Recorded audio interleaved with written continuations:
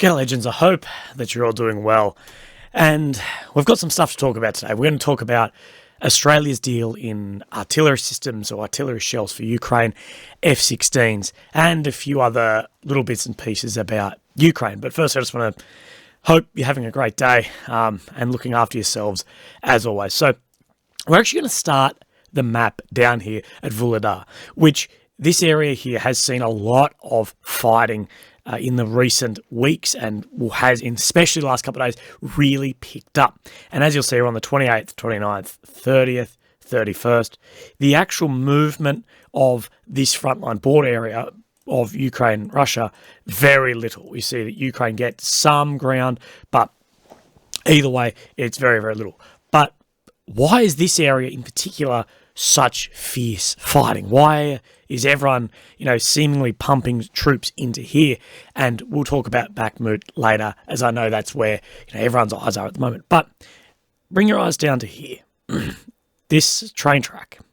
Now, this is the train line that connects Donetsk up to Vuhledar, well, really just beneath it.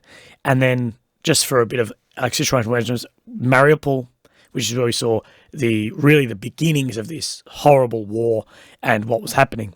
Mariupol and Donetsk.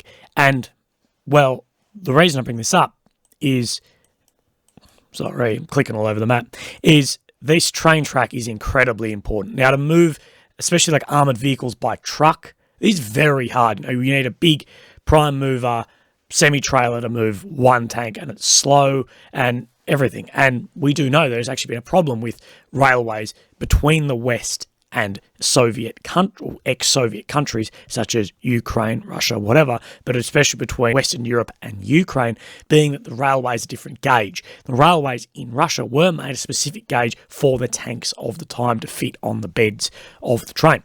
But I digress. This railway is incredibly important for the Russians to keep and incredibly important for the Ukrainians to get. Because if we go over to this railway map, now this is all written in Cyrillic, but this here is Donetsk, this is Mariupol.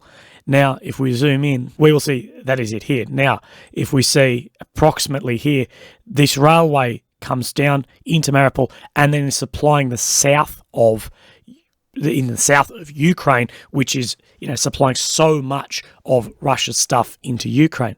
So as we'll see, this right here, this is our Vuhledar, and the railway really skims across here. Now there's a bit missing in here. I'm not sure if that is part of the map, but from the research that I was reading or whatever, that is an incredibly important thing for Russia to maintain that railway. Mariupol, and as we'll see in Crimea. The supplies for Russia in the south of Ukraine currently are either coming down in through Crimea and into Ukraine, or they're having to come in basically through that route. So that is somewhere incredibly important for Russia to keep and for Ukraine to get. And we have seen that these railways really play such a massive thing in this invasion. And we've also seen something wild of Russia using armoured trains. And I'll put some videos and photos of this. And this is just like such a wild, World War sort of throwback that we're seeing as using the use of armoured trains. Now, but these can be incredibly powerful. And although railways can be taken out easily, they can also be repaired very quickly. So it is a very tactical thing to have within a war zone, especially when you're invading on a country-size scale. Now, we have seen that Russia has had some gains to the north of Soledar in the past couple of days and has actually captured this village of oblast in here. The last day has rolled through and captured that. And as we suspect, Russia is still having some success in their encirclement of Bakhmut. So we'll go back to, I believe, the 29th was the last time I spoke to you guys and looked at the map with you guys. So the 30th, we see that slight move, to the west of Soledar near Bakhmut, and then 31st, some push on the north of, or further up from Soledar, and also this spike that we talked about, as far as that having fire control on this road, this main supply route into Bakhmut being under further fire control from the Russians. And what it looks like is this spike here that we've seen grow in the past few days is now opening up and could enclose in through here, giving further fire control and definitely a more difficult situation for Ukraine to have a counter-offence to that. If this is only thin, they have some opportunity of cutting that off,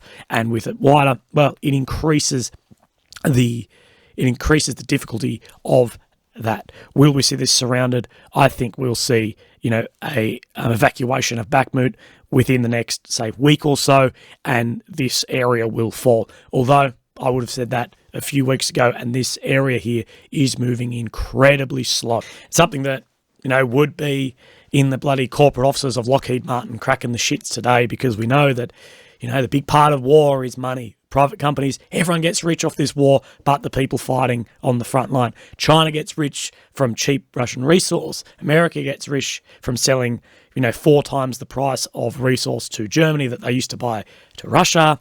Lockheed gets rich. Everyone gets rich seemingly, but the men and women on the front line, fighting for their lives and fighting for their countries. But why I see Lockheed will be pissed is Biden has said no to F-16s to Ukraine, but is open to other countries having talks with fighter jets. And Macron, the president of France, has said that it is still definitely on the table for France. Will they be supplying F-16s, or would it be French Rafale fighter jets? I don't know. The F-16 would be a better fit. There's significantly more F-16s around the world and parts, and Lockheed's a significantly larger company. But the Rafale is still an incredibly competent fighter jet and could make a big thing. Will this make a difference? Well, if it's going to take a year to see tanks and crews trained for, Abrams tanks, the pipeline of F-16s is massive, could be double that. We're not going to see it very quickly. Speaking of tanks and armoured vehicles, the Challenger 2 has been said, the British main battle tank, there's 14 of them going into Ukraine.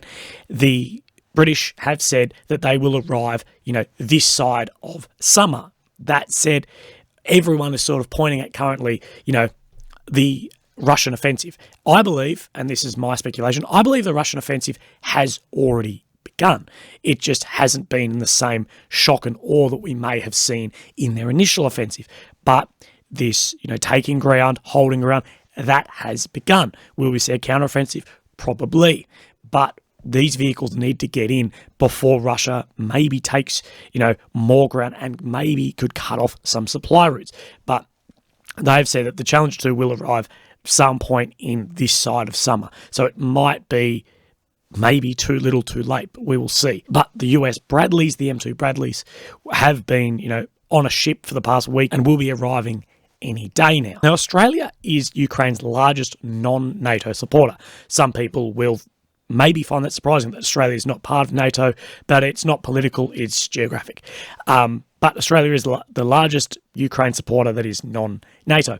And Australia and France have released today that they will manufacture 155mm artillery shells for Ukraine jointly. Now, France will actually be making the shell, and Australia will be supplying the gunpowder. How many this is, we don't actually know. We know that America has talked about it needs to step up its artillery shell production. On January 25th, the New York Times stated that America is increasing its artillery shell production by 500%, and this will be in part of the wider scope of that. And, it's saying that there might be they've thrown out several thousand, but we don't know how many this will be. But this comes really in the wake of Australia and France have not had very many successful defence deals recently, with the Australian and French submarine contract falling through.